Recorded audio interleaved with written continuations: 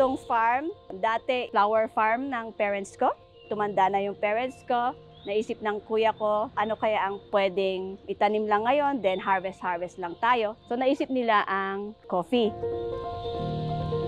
And then we heard about making the coffee with more quality. So yun yung mga specialty, etc. So we searched, we read. Doon namin na-realize after years na it needs to be taken care of. Kanya, hindi yung iiwanan mo tapos bibisitahin mo na lang pag harvest na. Hello, I am Alan. Hi, I'm Catherine, and we are coffee farmers from La Trinidad, Benguet.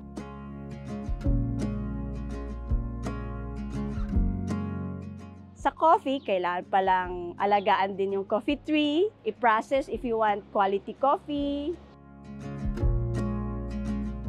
It's a laborious process before you can produce a quality coffee. Si Alan nun, may green beans kami. Then, iisahin niya yan. Buyer dito sa La Trinidad, may sample siya. This is my coffee. How much would you buy it for? So, kung sino ang highest bidder, sa kanila namin ipupunta. Pero parang sako-sako siya, nakaganon. So I went to sell the green beans. Kaso nga lang, iwan ko muna yung green beans. Saka na lang yung bayad. Pag uwi ko, sabi ni Mama ni Kat, pag first harvest daw, hindi pinapautang. Kapag cash na iuwi mo. So bumalik po ako sa pinagbenta ko. Kinuha ko. And then yung last resort ko, pumunta ko sa market, doon ko na binenta, at least inuwi ko for cash. Ang bigat ng feeling mo na inalagaan mo tapos at a very cheap price, kinuha yung green bean. Parang very much frustrated ka doon.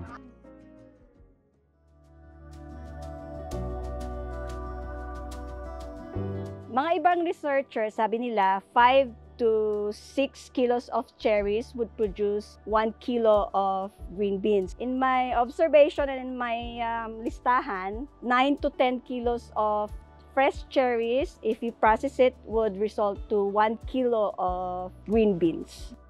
Sabi ko sa mama ko, ayoko na.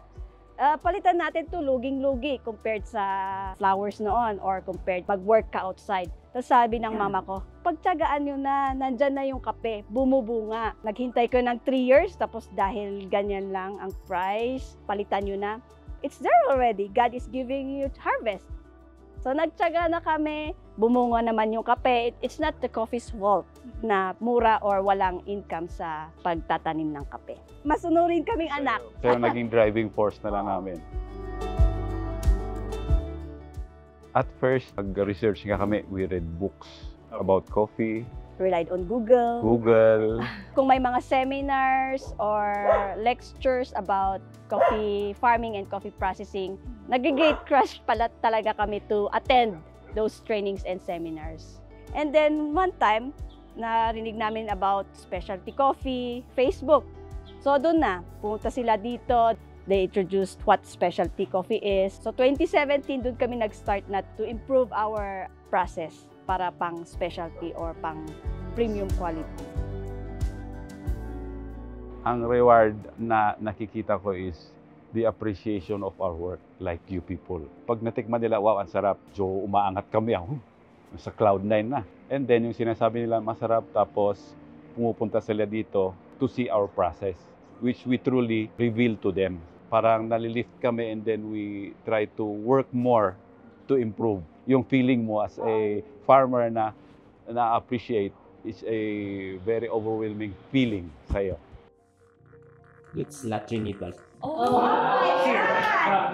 So it's more on yung feedback na ng kape namin, yun ang nagbibigay ng reward at saka joy to continue farming coffee.